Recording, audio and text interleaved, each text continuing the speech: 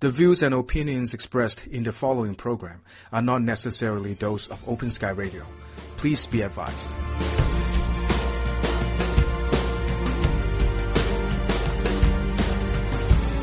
Good evening, everybody, and welcome to The Fire You Can't Put Out.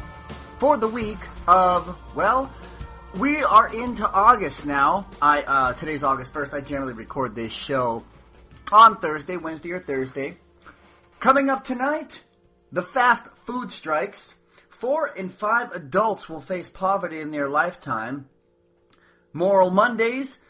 The Do-Nothing Congress goes home for an unearned vacation. Pope Francis, Desmond Tutu, saying goodbye to hate.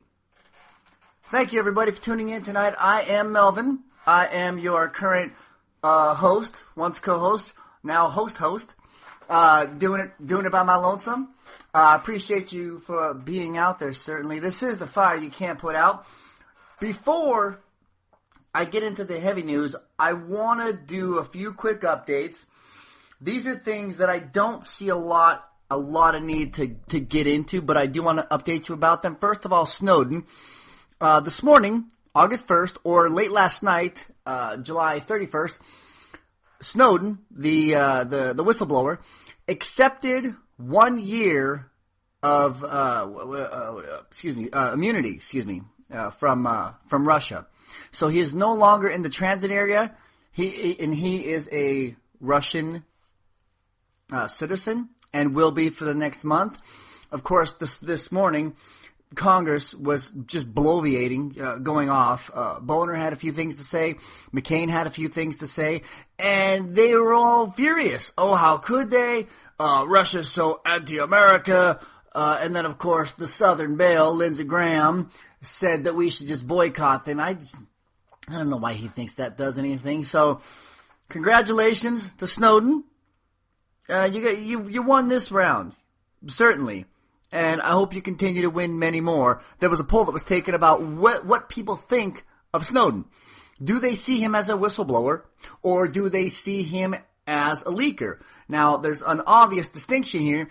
As a leaker, what he did, people see it as illegal. He's a criminal, and he should be caught. But 75%, a little bit more than 75%, see him as a whistleblower, which means we feel like what he did was okay. I know I certainly do. I thought everyone knew about it. I'm surprised it's news. And so most Americans are okay with it. And it's really hard to find that kind of a thing where everybody agrees. So, Snowden, Russian citizen for the next year. He got asylum today. Carlos Danger. Anthony Weiner. We were talking about him last week. And as of this week, his numbers are tanking. He's no longer in the lead. But he has decided to continue holding on anyway, which is unfortunate. Huma, his wife, is Hillary Clinton's right-hand man, or woman, however one would say that. And so there's a tight connection to the Clintons. Not so much with Weiner. They've told Weiner he needs to get out of this race, and he's not getting support anymore. Carlos Danger has decided to hold on for the final moments.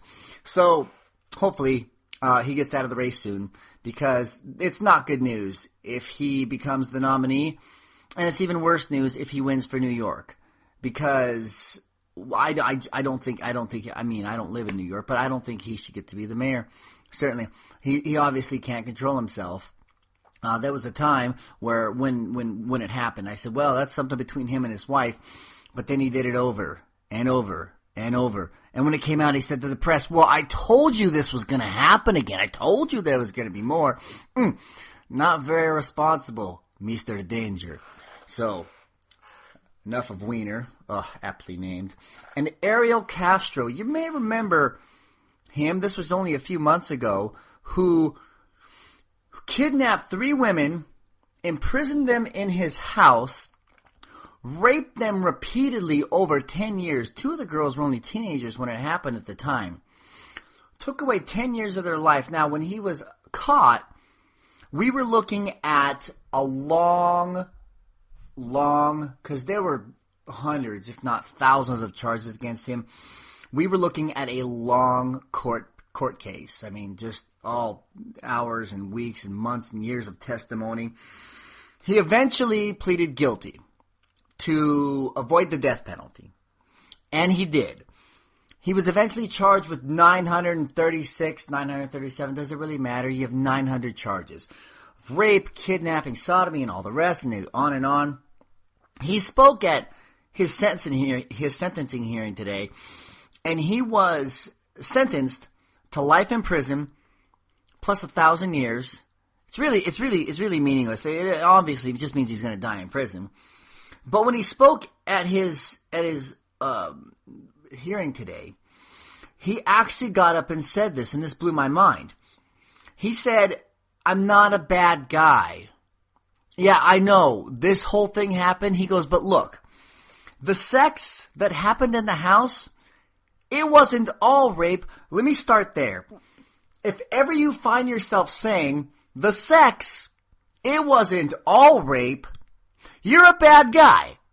Let's just throw that right. I don't want to go out on a limb here, but you're a bad guy. So he says it wasn't always rape. Lots of times it was consensual. These women would ask me for sex. Really? Like, you were intimate with these women. They were chained to the basement wall and floor with 90 pounds of chains. And he said his daughter, the daughter that he fathered with one of the women that he raped, because see, whenever he raped one of them and they turned up pregnant, he quit feeding them for a while. And then he'd start feeding them, and then he would just beat the hell out of them, trying to get them to miscarry. And one woman miscarried quite a few times. Once again, not a bad guy. Ugh. So anyway, and of course, representatives for two of the girls got to stand up and speak for them, and then one of the girls actually spoke out. So anyway, he's going to prison for life. He put those women through 10 years of hell, and his hell is just beginning. I want to start tonight with the fast food strikes that have been going on for a number of weeks now. This past Monday marks the start of what likely will be the largest fast food worker mobilization in U.S. history, with a New York City walkout kicking off strikes in 7 cities over 4 days. These work stoppages by non-union workers are the latest escalation in an embattled labor movement, unprecedented challenge to the overwhelmingly non-union industry, whose ranks are growing and whose conditions are spreading elsewhere in the U.S. economy. This story comes from Salon, and as Salon Foods first reported, the fast food effort went public last November when a strike of about 200 employees of various chains in New York City. Over the past 4 months, the walkout has been followed by similar work stoppages in 5 other cities and a second New York strike roughly twice as large. Each of those strikes have been backed by the Service Employees International Union, SEIU, and local allies, and each has shared the same demands: a raise to $15 an hour and the chance to form a union without intimidation by management. So, in the cities, New York, Chicago, St. Louis, Detroit, Milwaukee, and 2 new ones, Kansas City and Flint, Michigan, and there's also one going on over in Seattle. Interesting thing about the $15 an hour, President Obama is asking for the minimum wage to be raised somewhere in the 9s. I think 9.5. Bernie Sanders from Vermont, independent senator from Vermont, is asking for it to be raised to $10.20. These people are asking for $15 an hour. Look, I think they deserve it. I might be doing the work of 3 people due to understaffing, said McDonald's employee Kareem Sparks after Wednesday's rally, but still getting paid 1 wage. Starks, a 30-year-old former Parks Department employee, said it's been hard trying to live off the minimum wage, $7.25, and support my 2 kids plus pay rent. And then, as he spoke with a Salon reporter, a fellow fast food worker walked over to introduce himself and congratulate Starks on the speech he had just delivered and to show him a scar on his arm. "I got burned too myself," he told Starks, "but my manager didn't care." McDonald's and Wendy's did not respond to requests for comment.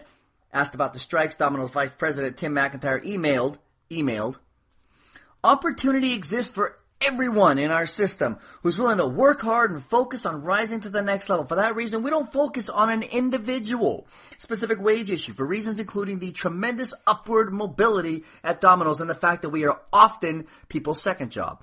See, that's the thing. He went on to say, we don't believe unions are necessary for our brand. And that's the thing. Nobody sees fast food as a stepping stone. Now, there were some of us that were able to use it as a stepping stone. There were some of us that did it when we were younger. But quite honestly, these are pretty constant jobs. They're very dangerous. We were working with a lot of hot grease, slippery floors, cranky customers. You're working with cash all the time, which is, I used to work for Taco Bell, and I used to just get always nervous about the cash. I don't have a, problem stealing or anything, but money sticks together. I get nervous about counting money back to people. And that was 1996. I'm dating myself a little bit here, but I started off at $4.25 an hour. Oh, those were not beautiful days. I would bring home just under $150 a week, I think. And so my rent was $300. And so rent ate half of my money. And then food ate the other half of my money, and bills. I had to find some other way to pay bills. Yeah, it's not easy. It's really not easy. So, for this guy to say, for the head of Domino's, we don't believe unions are necessary. Actually, this is exactly why unions are necessary. There was a story last week where, it was 2 weeks ago, where several McDonald's employees in a New York McDonald's had began collapsing. And they had to bring in paramedics to haul them out because the air conditioner was broken and management didn't want to fix the air conditioner. They didn't see it as important. And so they've had blistering heat up and down the eastern seaboard, really unseasonably hot for this time of year. And this is what unions are for. Safe working conditions, a fair wage, and benefits. The numbers have been crunched on this, and they said the dollar menu would essentially have to go to the $1.17 menu. Now, that's assuming that management doesn't come down from their $1 billion salaries. Okay? Management gets to keep their $1 billion salaries, and we pay these employees a living wage. Your dollar menu becomes $1.17. And really, why wouldn't you want to? And once these people make more, that's what will cause upward mobility. That's what will cause people to be able to afford housing. And even then, at $15 an hour, you're still $30,000 in New York. That's still really nothing, but it's so much further from where they are now.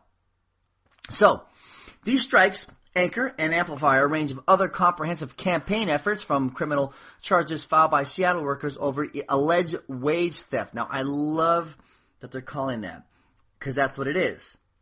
This week's wave of strikes got an early start Friday night when workers walked out of a Brooklyn Domino's Pizza to protest the firing of activist co-worker Gregory Ranassel. Following the April strike, striker Jose Cruz told Salon that about 90% of the workers on the busy evening shift joined the work stoppage, forcing cancellations of deliveries. Workers at two other Domino's locations, a Papa John's and McDonald's, also took part in Friday's strike. Friday's strike echoes fast food work stoppages over lack of air conditioning the week before. This campaign by itself can't change the enormous obstacles to winning union recognition today in the private sector union workplace.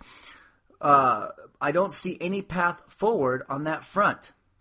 But given the high profile of the fast food industry and the increasing customer focus on food, if it grew big enough, it could shame the industry.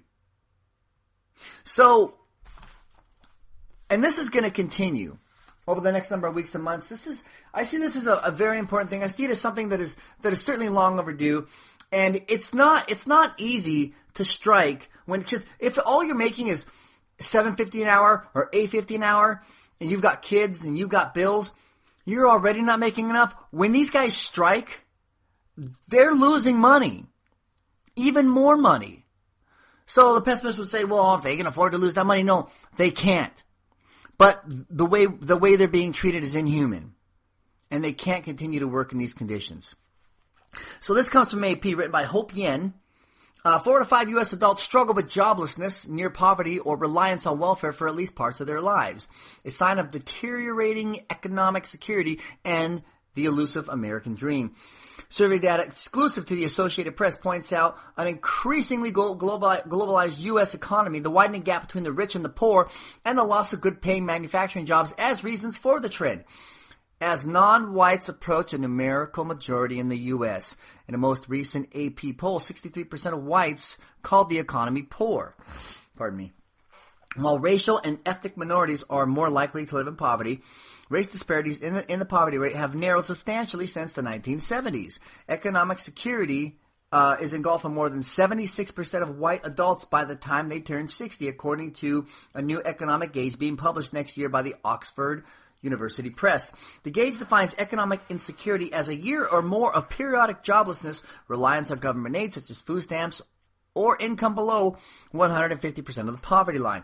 Marriage rates are also in decline across all races, and the number of white mother-headed households living in poverty has risen to the level of black ones. There was a time where poverty was thought of something as only for minorities, single mothers, African Americans, Latinos. It's everybody now. And really, quite honestly, poverty knows no race. The divide between the rich and the poor, economic insecurity. It's not about race. It's about a little bit of it is, but not much. It's about holding down the lower class, creating a permanent underclass, a beggared yeomanry.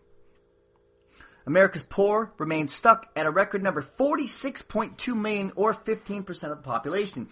More than 19 million whites fall below the poverty line of $23,021 a year for a family of four. Accounting for more than 41% of the nation's destitute, nearly double the number of poor blacks. Sometimes termed the invisible poor, remember that. I used to be one of these numbers, and that's what they call us, the invisible poor. Termed the invisible poor by demographers, lower income whites generally are dispersed in suburbs as well as small rural towns, where more than 60% of the poor are white. Now, this was interesting to me, so I highlighted this. Buchanan County in southwest Virginia is among the nation's most destitute based on median outcome, with poverty hovering above 24%. The county is mostly white, as are 99% of its poor. Whew. Higher recent rates of unemployment mean the lifetime risk of experiencing economic insecurity now runs even higher, 79%, or 4 in 5 adults by the time they turn 60. By 2030, based on the current trend of widening economic inequality, close to 85% of all working-age adults in the U.S. will experience bouts of economic insecurity. Since 2000, the poverty rate amongst working-class whites has grown faster than working-class non-whites, rising 3 percentage points to 11% as the recession took a bigger toll among lower-wage workers. Now, this was interesting. Last November, Obama won the votes of just 36% of non-college whites, the worst performance of any Democratic nominee since that group, since the Republican Ronald Reagan's 1984 landslide victory over Walter Mondale. There's an awful lot of people that are being left behind right now. And it's not about race anymore. And they are invisible. And yet all I hear whenever it comes to the programs that we have to help these people out, all I hear is we can't afford it. Or they don't need it. Or why don't they just go get a job?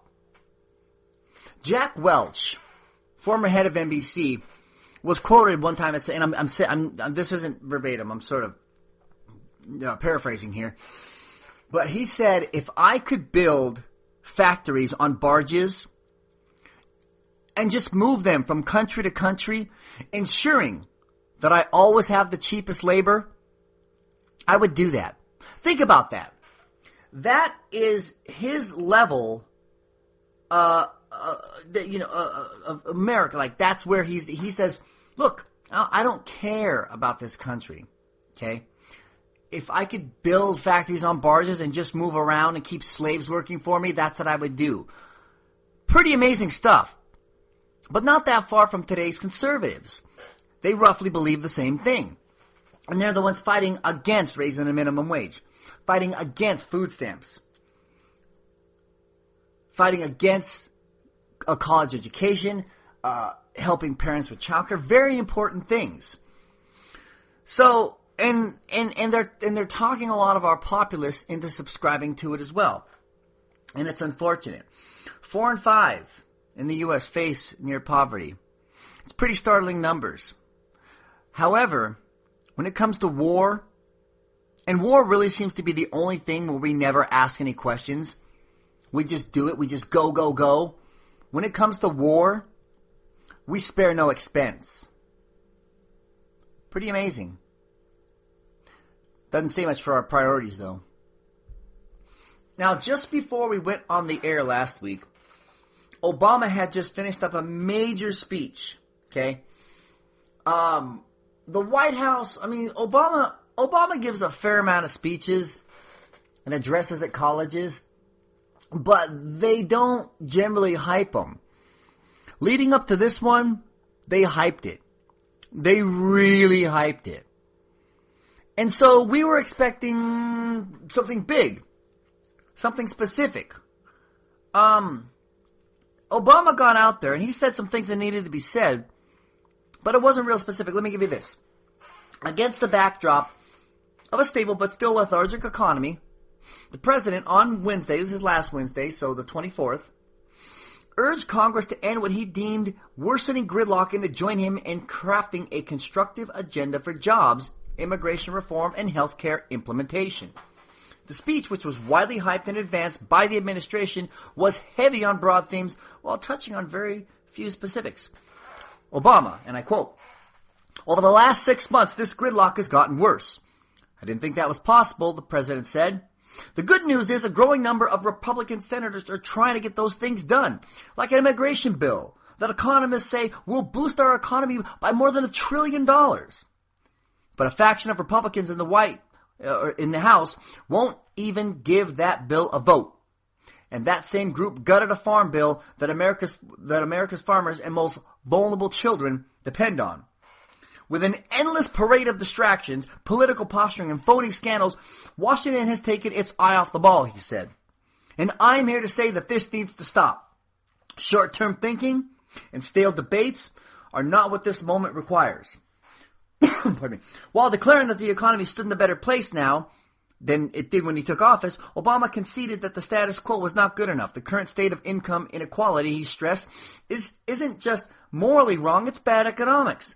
America, he added, had to make new investments, such as rebuilding the manufacturing base, educating our workforce, and upgrading our transportation and information networks.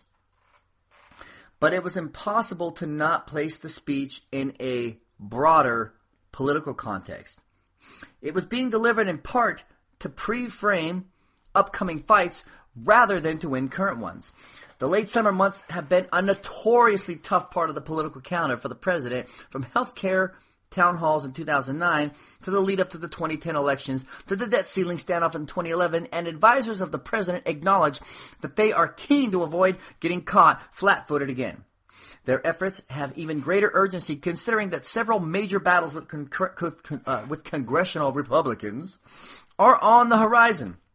The New York Times reported on Wednesday that congressional Republicans are crafting spending bills that would gut the president's top priorities. The most ominous legislative showdown, however, appears to once again involve raising the debt ceiling. The Club for Growth, a top conservative campaign group, asked Senate Minority Leader Mitch McConnell to sign a letter promising not to fight Obamacare as part of any debt ceiling agreement. Over in the White House, meanwhile, Speaker John Boehner has said that he will not raise the debt ceiling without any real cuts in spending. Let's point out a few things right now. In the speech, Obama offered to cut the corporate tax rate from 35% to 28%. Okay? Pay attention. That is something that the cons have been asking for pretty much over his entire presidency. Now, cutting the corporate tax rate isn't going to do anything for the economy. Nothing. As a matter of fact, numbers about cutting the corporate tax rate are pretty detrimental. 7% more, fine. Okay? He says, I'll cut the corporate tax rate, but what I'd like in return is money for infrastructure. He says, I'll cut the corporate tax rate, simplify the tax code. The cons have asked for both of these things. And he said, just money for infrastructure. And they said, absolutely not. They called the speech the same old thing, just completely ignoring everything that he said. We covered the last week that deficit spending has been falling and that the government is now running a surplus. Politico, citing Republican sources, reported Tuesday night that there are loads of GOP lawmakers who are perfectly willing to gamble with default. We've seen a sizable group of Republican lawmakers suggest that they would vote, that they wouldn't vote to pay the very bills that Congress ran up.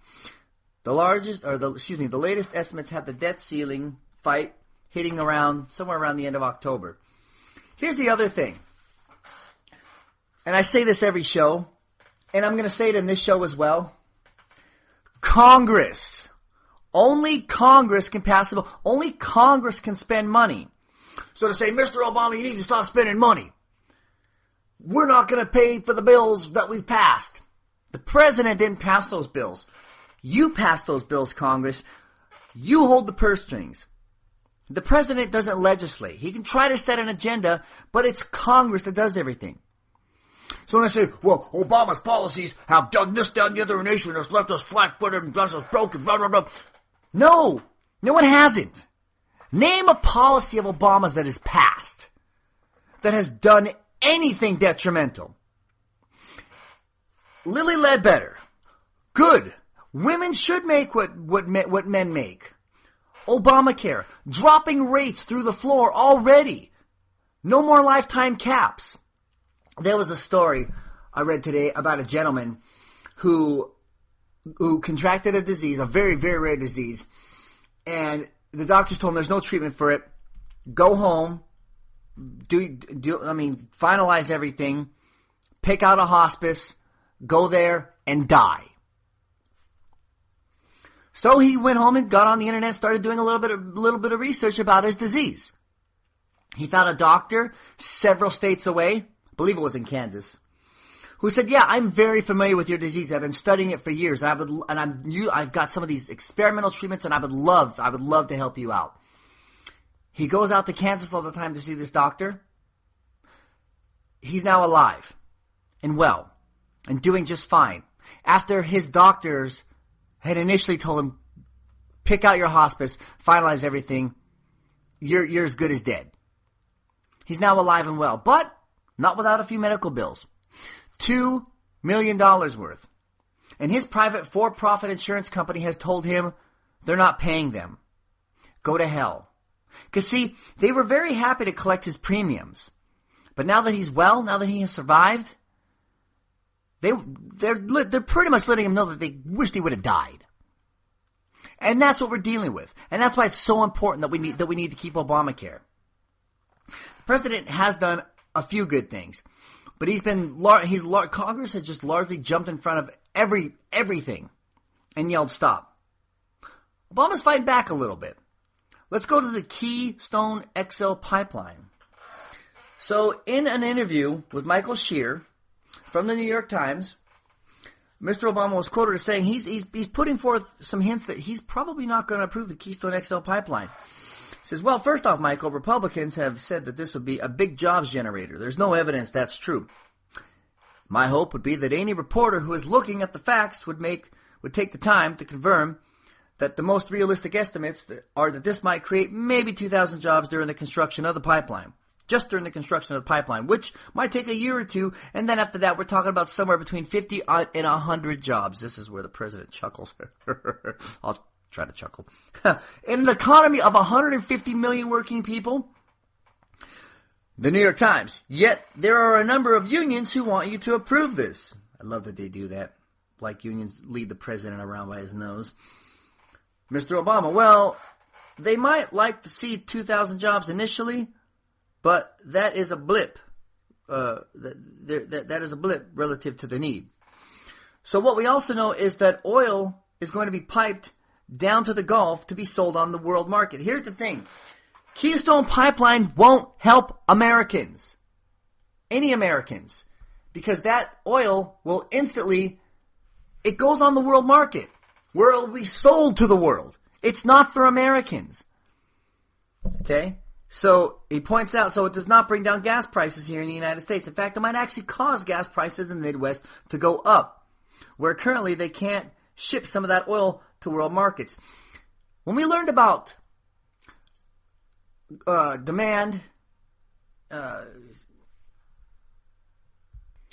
supply and demand in high school, we learned, well, if there's a high supply, low demand, low price, and vice versa. Well, right now we have a monster supply and a low demand and really high prices. Anybody see what's wrong with that? Yeah, that's exactly it. And it's a lot of the futures trading market on Wall Street that's driving it up. And it's also the fact that our consumption here in America doesn't drive the price of our gasoline anymore. Whatever it's worth on the world market, that's what drives the price of gasoline. And a lot of people don't realize that. And of course, Republicans aren't going to talk about that. Clearly, there's nothing in that to make people bet their life savings that Obama is definitely going to knock this project down. But it's encouraging that the president mocks Republicans on the grotesquely inflated claims that jobs would be generated by the project. And that he reiterates the fact that the oil refined from tar sands, bitumen, transported by the pipeline will just be part of the world market and not bring down gasoline prices. Most of all, it matters that he repeats what he said previously, that he will base his decision on whether the pipeline will contribute to global warming. And I'm glad he's taking that into effect. That's very important. Moral Mondays. These were supposed to just go on every Monday for a number of weeks, leading up to a legislative session or a bill that was supposed to pass. And it appears these are going to go on. This is written by Benjamin Todd Jellis, head of the NAACP. On April 29th of this year, 17 activists were arrested for civil disobedience at the North Carolina General Assembly as they protested attacks on education, healthcare, voting rights, and the poor. 6 weeks and 6 Moral Mondays later, nearly 400 people have been locked up and the nation is watching. This is what democracy looks like. The peaceful protests were started by Reverend Dr. William J. Barber II, president of the North Carolina NAACP State Conference. Reverend Barber has spent decades fighting for the poor and working class in his home state, building diverse coalitions like the historic Thousands on Jones Street, People's Coalition, and the Forward Together movement.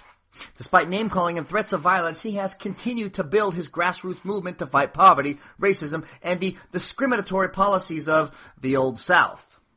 These coalitions were put to the test when North Carolina lawmakers decided to embrace one of the most radical agendas in the nation. In the space of a few months, lawmakers rejected $700 million in federal unemployment benefits, passed up federal funds to expand Medicaid for 500,000 people. At the same time, they voted to raise taxes on 900,000 poor and working class people, slashed funding for preschool and kindergarten, and spent time pursuing wildly unpopular proposals like a bill that would let legislators receive gifts from lobbyists. Are you hearing this?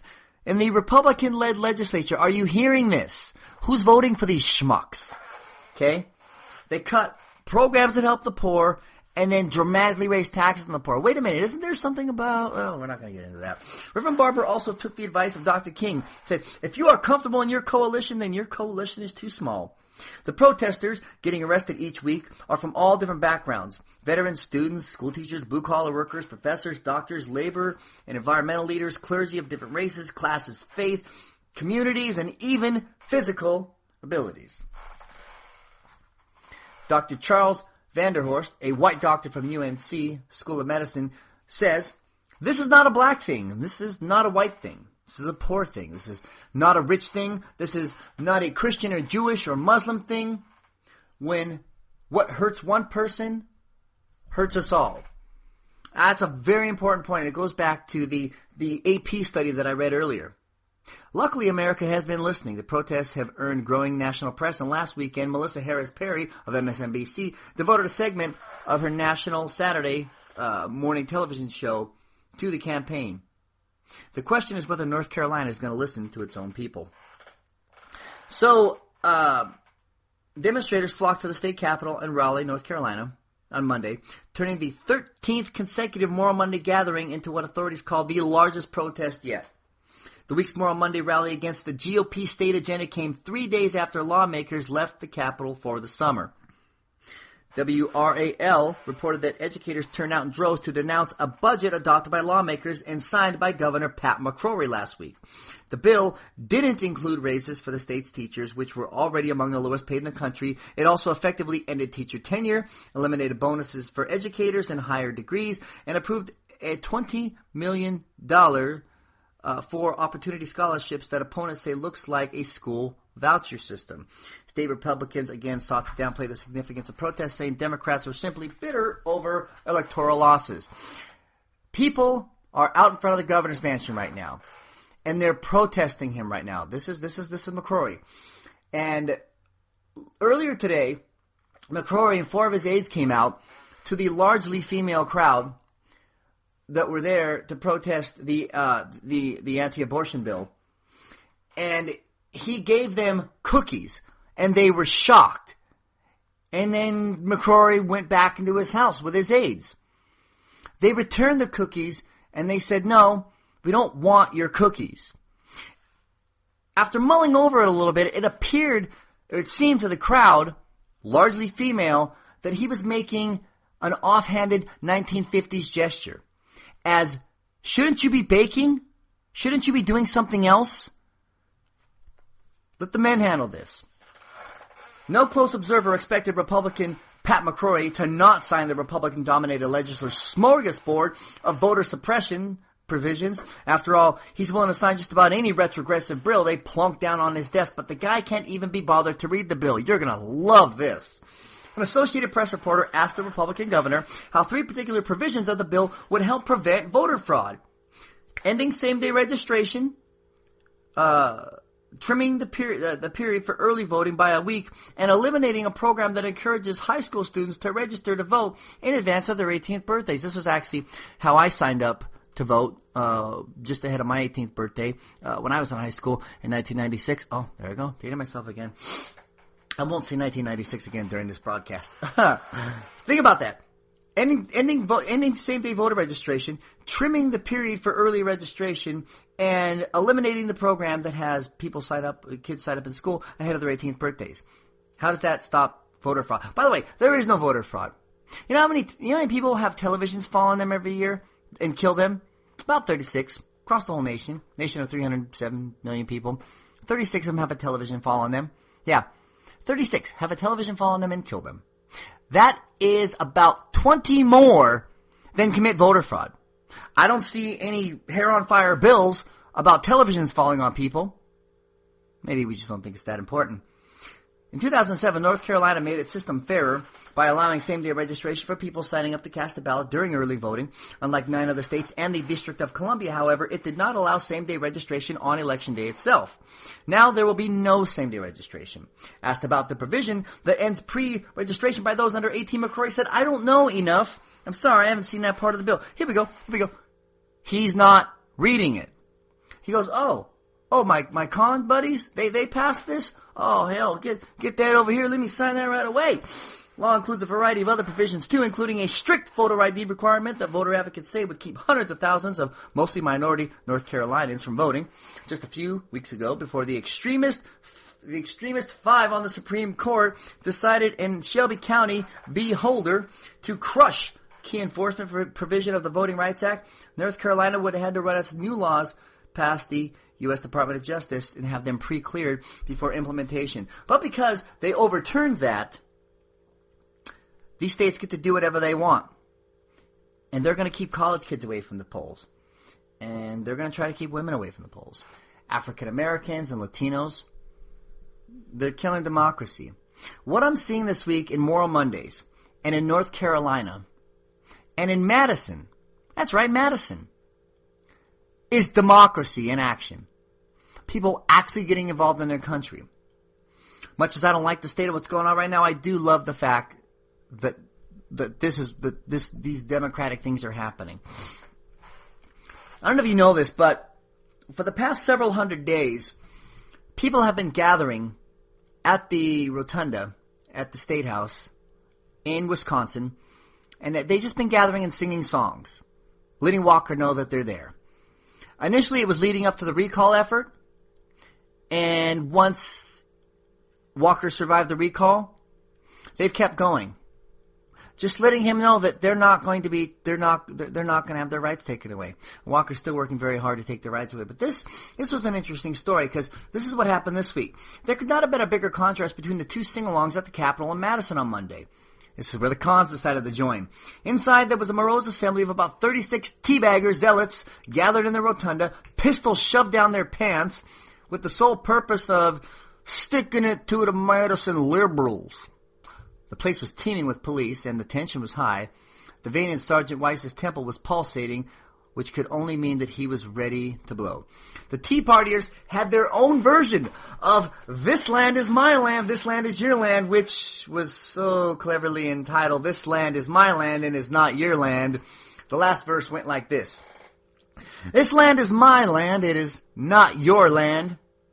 I got a shotgun, and you ain't got none. If you don't get out, I'll let my dogs out. This land is private property." Oh, the all-inclusive teabaggers. Are they good for anything? The cops fully expected a counter-protest even after 2.5 years of getting to know you. Somehow they still haven't figured out that the people who come and sing folk songs in the Capitol are as nonviolent as they can get. The teabaggers just were trying to prove a point, to show how easy it is to get a permit to exercise your First Amendment rights. Outside, there was a joyous crowd of at least 200. One participant described it as a carnival. Trombones, fiddles, guitars, drums, surrounded by the happiest group of despondent, beaten-down people you've ever seen. That may not make sense, but for those who are living it, it does. Nobody should ever be required to apply for the right to speak out against their government. At least some people in Wisconsin believe that they will fight with their voice, and they're going to fight with their voices until the bitter end. It's called the Solidarity Sing-Along, and they're a non-violent group of people. And then the teabaggers show up with guns shoved down their pants. But they're undeterred. They're going to keep fighting. So Congress is going home. Yeah, after doing absolutely nothing, Congress has decided, man, after a long day of doing nothing, I'm ready to go back to my home state. Oh, I'd say about a month ago, many of us had circled this week on our calendars as the window for Congress to complete or at least make progress on key issues before departing for its August recess. For instance, the assumption back then was that the House of Representatives would roll up its sleeves on immigration reform and that the Democrats and Republicans would continue to have conversations about resolving the same thorny budget issues. Funny thing about that, it neglected the first rule of this Congress, which is that Congress is so utterly incompetent they are hard-pressed to enter and leave the building without injuring themselves. Rolling up their sleeves or anything would end with half of Boner's caucus somehow impaling themselves on their own cufflinks. Quite honestly, they can't do anything right, and I feel the incompetent label is not enough. It implies that they're actually trying. So, they're adjourning, going home. Now, here's the thing. They can choose not to adjourn, okay? This has the potential to create a clunky August for both the House and the Senate unless both chambers agree to leave. Both would have to hold 2 pro forma sessions each week throughout August, forcing few members and several House Senate aides to show up each day for no reason. However, the last time Congress voted against going on August break, it was an act of empty symbolism. Members held a boisterous vote to stay in session, in a sense protesting their own failure to legislate, only to quietly adjourn for August just a few days later. So they're going home. And their policy with respect to Obamacare is they're not going to answer any Obamacare questions. Yeah, they're going home, they're going to talk to their people, but they're not going to answer any Obamacare questions. If anyone asks, they're going to simply say, ask Obama. Why? Why aren't they going to answer any questions? Well, here's why. In August 2009, they went home screaming about repealing Obamacare, how much they hated Obamacare. In August 2010, went home, same thing. Anti-Obamacare, repeal. August 2011, 2012. And well, this year, they've decided that they're not going to go home and scream, no Obamacare. You guys have done absolutely nothing, the most do-nothing ever, the 113th. You have not earned your break. And I hope that when you get home, your office is full of your constituents. I hope that you don't sleep a wink when you're back in your respective districts. I'm not bitter or anything. So, let's get to Zimmerman real quick. Another juror has spoken out. Juror B29 says that he got away with murder. She was the only minority on the jury, and she gave an interview to Robin Roberts on Good Morning America. And she says, I quote, George Zimmerman got away with murder. But you can't get away from God. And at the end of the day, he's going to have a lot of questions and answers he has to deal with, but the law couldn't prove it. Although formerly known as Juror B29, she allowed her face to be shown and chose to withhold her last name using only her first name, Maddie. The only minority in a 6-person jury. You know what's interesting about this? When Zimmerman went on Hannity, Hannity asked him, if you could do anything differently, would you? He said no. And Hannity asked him again, and he said, look, this is God's plan. It's all a part of God's plan. Who am I to question God? That's what Zimmerman said. And this woman, another God-fearing person, believes that God will have his say as well, but believes that this was not a part of God's plan. It's interesting, the two views with respect to religion. Maddie said she wonders if she made the right decision and feels like she owes Martin's parents an apology. It's hard for me to sleep. It's hard for me to eat. I feel I was forcefully included in Trayvon Martin's death. And as I carry him on my back, I'm hurting as much as Trayvon Martin's mother because there's no way that any mother should feel that pain, she said. Maddie is the second juror to speak out since the trial ended. Juror B37 first spoke with CNN's Anderson Cooper saying, and that was a white juror, that Zimmerman was justified in shooting the teen. Shortly after the interview, 4 jurors released a statement saying that B37's opinion was not representative of their own. And George Zimmerman is in Texas now, less than a month after being acquitted of killing Trayvon Martin. George Zimmerman was caught speeding Wednesday with a gun in the glove compartment of his vehicle. This incident took place in the town of Forney, Texas.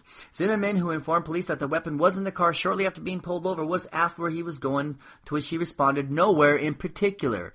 Really, that's not odd? The black guy said that he had been pulled out of the car and had the hell beat into him. CBS News reports that during the traffic stop, which occurred around 12:54 p.m., Zimmerman also asked the officer, hey, officer, do you recognize me from television? Are you kidding me? He actually said that. Oh, yeah. Oh, he said that. Oh, he's reveling a little bit in his newfound fame for killing a child. This is the second time Zimmerman has been in the news since his trial ended on July 13th. 3 days later, Zimmerman reportedly came to the aid of a family trapped under an overturned SUV on a Florida highway, pulling 2 children and their parents to safety. Yes.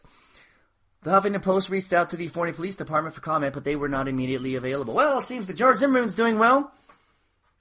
It's a good thing he didn't kill anybody. Otherwise, I'd feel like he shouldn't be free. Oh, wait. Okay, so let's get to Pope Francis. And I love the new Pope for any number of reasons. Let me get to the latest one. This week, the pontiff said, who am I to judge a gay person? While taking questions from reporters on the plane back to Rome, Francis spoke out about gays and the reported gay lobby, according to the Wall Street Journal. Pope's comments about homosexuality came in the context of a question about gay priests. The pontiff broached the delicate question of how he would respond to learning that a cleric in his ranks was gay, though not sexually active. For decades, the Vatican regarded homosexuality as a disorder, and Pope Francis' predecessor, Pope Benedict XVI, formally barred men with what the Vatican deemed deep-seated homosexuality from entering the priesthood. And I quote, who am I to judge a gay person of goodwill who seeks the Lord, the pontiff said, speaking in Italian. You can't marginalize these people. John Allen of the National Catholic Reporter reported on the meeting as well and said the Pope also addressed the question of the Vatican's reported gay lobby. He hasn't run into significant resistance to reform inside the Vatican and joked that if there really was a gay lobby, he hasn't yet seen it stamped on anyone's ID cards. I love the humor. Father James Martin, S.J., who is also an admirer of Francis, said the pontiff's comment about gay people is consistent with the rest of the papacy. Love that. One of Francis's hallmarks is an emphasis on mercy. And when you see what you see in that response, that mercy, of course, comes from Jesus. We can never have too much of it. The Pope did not offer much hope for women Catholic priests, though, saying it's definitively closed to women priests. They're making progress, though. I remember when they picked the new Pope, I said, my goodness, I sure hope they pick somebody progressive this time, or somewhat progressive. And this one's been good. He's been real good. He travels around in a 5-year-old Ford Focus. He doesn't travel around in a really fancy car. He lives in a little apartment. He's trying to live like Jesus did. He washed the feet of 12 inmates last week. 12 washed their feet. 5 of them women. He also previously has spoken positively of atheists. He spoke out against unregulated capitalism, spoke about helping the poor, spoke about saving the planet. Amazing. Quite honestly, I'm an atheist, unapologetic, but I believe a good-hearted person is a good-hearted person. And I don't care what religion you are. And the new Pope, that man's got a good heart beating in his chest. Desmond Tutu denounced religions that discriminate against LGBTB identified people by making some very strong statements during the United States launch of its anti-gay rights program in Cape Town this Friday, reports AFP. He leaves no doubt that his opinions regarding LGBT rights, declaring, "I would not worship a God who is homophobic. And that is how deeply I feel about this." He added, "I would refuse to go to a homophobic heaven. No, I would say sorry. I would much rather go to the other place." South Africa's iconic archbishop is clearly still fighting for equality despite his retirement, as he went on to relate the gay rights issue to his country's tumultuous history, saying, "I am as passionate about this campaign as I ever was about apartheid. For me, this is at the same level." It's becoming a very progressive world. You better get on board. I just got a few more for you, and then I will leave you for the night. I've got good news, I've got funny news, and then I've got my final word.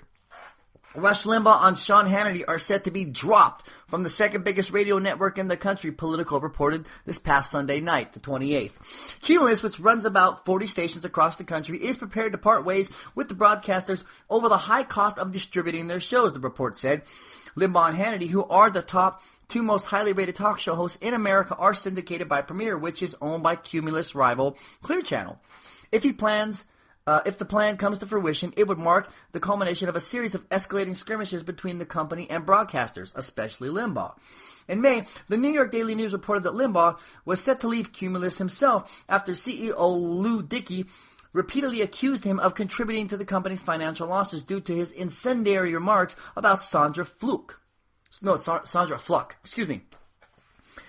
Dickey stuck to his line in an earnings call days later, saying the facts were indisputable. A Cumulus executive told the Radio Inc. website that the vast majority of the country's top network advertisers had orders to exclude Limbaugh and Hannity from their ad buys. There was a lot of blacklisting going on in radio after he did that dumb thing he did. Taken together, a portrait emerges of a company signaling that it fears no major financial impact if it were to cut its ties with these two men. There was a time where they would not want to have these fights in public because the top 2 broadcasters in the nation would be instantly snapped up by somebody else. And Cumulus has picked this fight in public because they're saying, we don't care. Boom! I've spent quite a bit of time listening to right-wing radio. It really is just hate. Just pure hate. And I'm glad that these 2 gentlemen are set to go away. It is possible that Limbaugh and Hannity would immediately be picked up by Clear Channel stations in the markets where they were dropped. But Deadline noted that Dickey has already seemingly prepared his response to that move, telling Bloomberg TV in May that we have the premier talk distribution platform in the business. And if you want to be on a big stage in this game, you need to be on the stations with the largest market. They're the bigness signals, the heritage brands, and everybody knows that. Goodbye, Limbaugh. Goodbye, Hannity. All right, dig this. So, London firefighters are seeing a common problem, one that suggests local residents are reading the same best-selling erotic novel. You might know where I'm going with this. In a statement posted on its website on Monday, the London Fire Brigade revealed that the number of handcuff incidents has increased significantly over the past 3 years. However, the brigade can't seem to explain why. They're calling it the 50 Shades effect. Oh, yeah. Of the more than 1,300 calls London firefighters have responded to since 2010 that involved people being trapped or stuck, 79 involved handcuffs, each occasion costing about $445 in taxpayer funds. The brigade is asking residents to be more conscious of their particular circumstances and whether the handcuff situation can be prevented. They're not trying to tell people, don't spice up your love life, but they're saying, look, we're coming out there, we're finding you naked, handcuffed, you need us to rescue you. Let's just save everybody the embarrassment, because I'm pretty sure that the police who have seen it all are walking in and go, oh my goodness, just red-faced. I'm sure most people will be 50 Shades of Red by the time our crews arrive to free them, Brown quipped in the statement. While firefighters tried to make light of the issue by pointing out some more unusual incidents, here's how weird you're okay, you 50 Shades people with the handcuffs and the sexy. Here's how weird what you're doing is. So he's trying to find a story that makes it seem like what you're doing isn't that bad. So one of the firefighters begins telling a story about a man getting his penis stuck in a toaster. Ultimately, the warning appeared to be in the best interest of the community. Those numbers might start coming down. For my final word tonight, I want to leave you with this. Marxism for morons. In the mid to late 19th century, the intellectual tenets of Marxism were inspired by two German philosophers, Karl Marx and Friedrich Engels. According to Marxist analysis, class conflict within capitalism arises due to intensifying contradictions between highly productive, mechanized, and socialized production performed by the proletariat and private ownership and private appropriation of the surplus product in the form of surplus value. That's profit. By a small minority of private owners called the bourgeoisie. As the contradiction becomes apparent to the proletariat, social unrest between the two antagonistic classes intensifies, culminating in a social revolution. The eventual long-term outcome of this revolution would be the establishment of socialism. So here's the thing. Capitalism, according to Marxist theory, can no longer sustain the living standards of the population due to its need to compensate for falling rates of profit by driving down wages. Okay? You're going to pay them low wages. It's eventually, he's saying it's eventually going to collapse because no one's going to have any money. Cutting social benefits and pursuing military aggression. Because in order to protect the shipping lines and the product, eventually your country is going to build up militaries, and of course there's profit to be made in the military as well.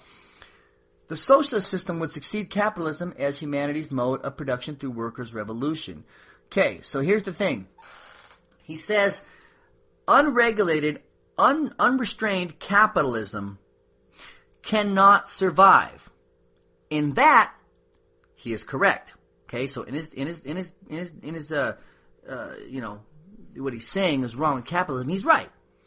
But what he's, so his diagnosis is correct, but his treatment is wrong. Because he's saying, well, it's just going to lead to outright socialism. That's what he's saying. He's not saying it should be. He's saying it's going to be. In a socialist society, private property and the means of production would be superseded by cooperative ownership. A socialist economy would not base production on the creation of private profits, but would instead base production on economic activity of the criteria for satisfying human needs. That is production. That production would be carried out directly for use. I want to read you a quote. Society does not consist of individuals, but expresses the sum of interrelations, the relations which these individuals stand. Who said that? Gosh, was that Margaret Thatcher? Margaret Thatcher did say something similar. She was very, very fond of saying society does that there is no there's no such thing as society. Okay? So here's the thing. Whenever someone says Obama's a Marxist, I say, oh, so you've read Das Kapital. And they gloss, what's that? Oh, I'm sorry. You said Obama's a Marxist. I'm assuming you had read the works of Marx, or were at least familiar with it, or at least knew the book title. So I'm assuming you've read the Communist Manifest? You don't know what that is either. Huh. Well, that was written by Marx and Engels. Here's what a Marxist is. A Marxist, and I was listening to a radio show earlier this week, and a guy called up, and he identified himself as a Marxist. he said, and I remember when he came to the line, the host just freaked. He goes, "What? You're a what?"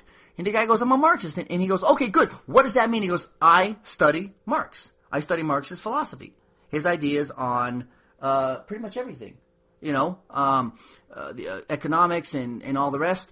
And he says, "Oh, well, proceed." And he says, but the guy who called himself a Marxist said, yeah, he was right about what capitalism is going to do, but not that it would lead to outright socialism or that we should have outright socialism.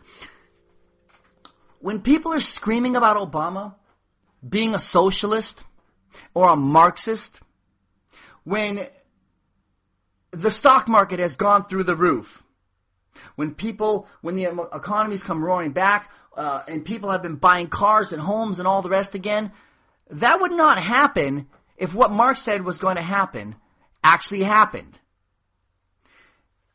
So do this.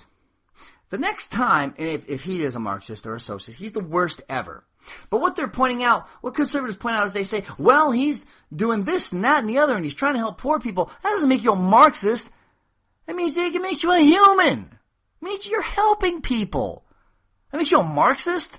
Was Jesus a Marxist? So do this.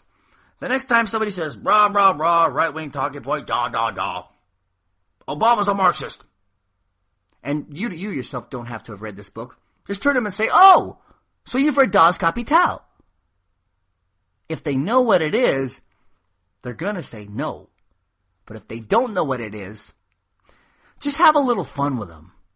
Because they obviously don't know what the hell's going on. Ladies and gentlemen, that is Marxism for Morons. And that concludes this episode of The Fire You Can't Put Out. I am Melvin, and I'm very happy to be with you for another week. And I want to thank you for your continued support. We are the fire that you can't put out, and we will prevail. Remember, despair is not an option. I'll catch you next week. Good day.